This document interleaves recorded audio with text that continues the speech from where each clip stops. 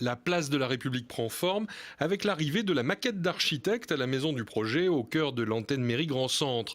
C'est une nouvelle façon d'appréhender le quartier qui est proposée. Ça permet de visualiser vraiment le projet pour les habitants et c'est vrai que ça permet de se repérer par rapport vraiment au contexte urbain.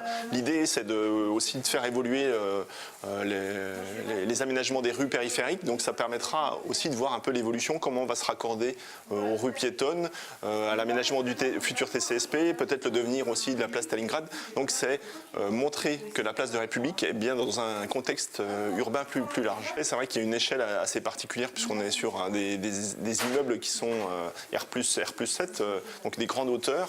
Donc c'est vrai que ça permet de voir vraiment ramener l'aménagement dans un tissu beaucoup plus large et de le remettre dans son contexte général. La concertation pour la partie commerce et mise en valeur des fouilles archéologiques va déboucher sur un mix architectural et numérique. On est en train de consulter pour avoir un AMO, donc une assistance à maîtrise d'ouvrage sur la question de la concession de travaux pour la réalisation de cet ensemble immobilier. Donc là qui va se faire plutôt sur un planning qui va de 2020 à 2022. Donc ça va être une deuxième tranche, mais la première tranche qui va démarrer dès janvier, si on peut dire, puisqu'on va commencer par les travaux d'amélioration de la sécurité sur le parking de la République qui va démarrer fin janvier.